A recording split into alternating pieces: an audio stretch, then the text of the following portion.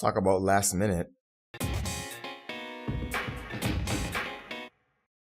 Now, I originally had an entirely different topic in mind for today's video, but with the recent airing of the Steven Universe episode Bismuth, my gears started turning, and after discussing it with my patrons, we decided to go with a new topic for today. As I watched the episode unfold, I had this nagging feeling that the story beats were reminiscent of something else that I've watched.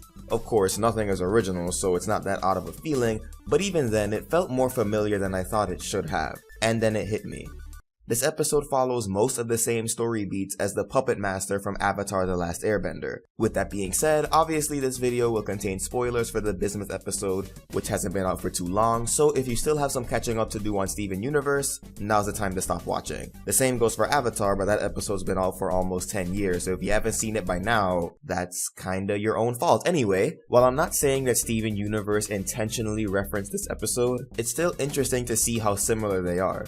From the beginning, I could tell that Bismuth was not gonna stay for long because of the circumstances by which she and Steven first meet. The fact that she was found bubbled inside of Lion's mane is the big red flag here. When I take into account what one has to do in order to bubble a gem, and the fact that Lion had been kept a secret even from Pearl prior to his introduction, my immediate thought was, either you're going back into that bubble, or you're gonna die. Similarly, Hama is introduced pretty conspicuously in The Puppet Master, with the gang running into her after Toph supposedly hears screaming from underneath the mountain. In both episodes, we see the main characters get acquainted and or reacquainted with both Bismuth and Hama, and we learn that both characters have played an important role in the history of their respective worlds. In the case of Bismuth, she was one of the original crystal gems, as well as the gem that made all their weapons. With Hama, she helped to fight off the Fire Nation during their first raids of the South Pole, eventually being captured as the last waterbender in the region, until Katara's birth of course. Bismuth and Hama both begin to form a close bond with one of the main characters, Steven and Katara respectively, and both bonds are at least partially influenced by some aspect of their history. With Steven, it was his connection to Rose. With Katara, it was the common thread between her and Hama as the last southern waterbenders left.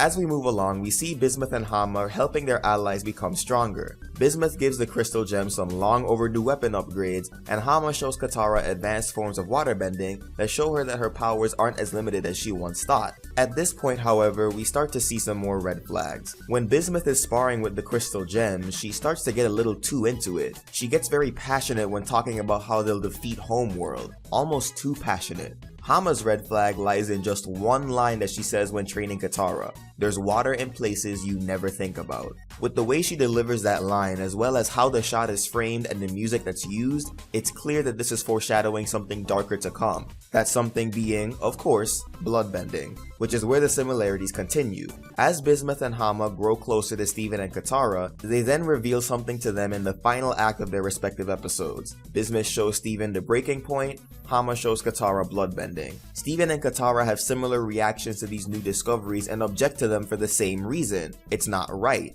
It's not ethical. It's a misuse of power. When Bismuth and Hama argue their cases for why their methods are justified, they too use the same reasons. Their enemies deserve to be subjected to this power because of the actions they've taken, and in both episodes, this leads to a fight. Now it's here that the episodes start to differ a bit, with Bismuth revealing that she had the same conversation with Rose, which led to her being bubbled. So there's a bit more of a personal motivation behind her fight with Steven. Also, while Bismuth's fight was one-on-one, Hama's was 1 against 3. The stories start to come together again when both fights conclude with Steven and Katara unintentionally using methods they didn't want to use out of desperation and or self-defense, and Bismuth and Hama are taken down, but not before they have some last words that stick with their opponents. Granted, Bismuth's words are more hopeful and congratulatory, while Hama's are more sinister, as she ended up having the last laugh in the end.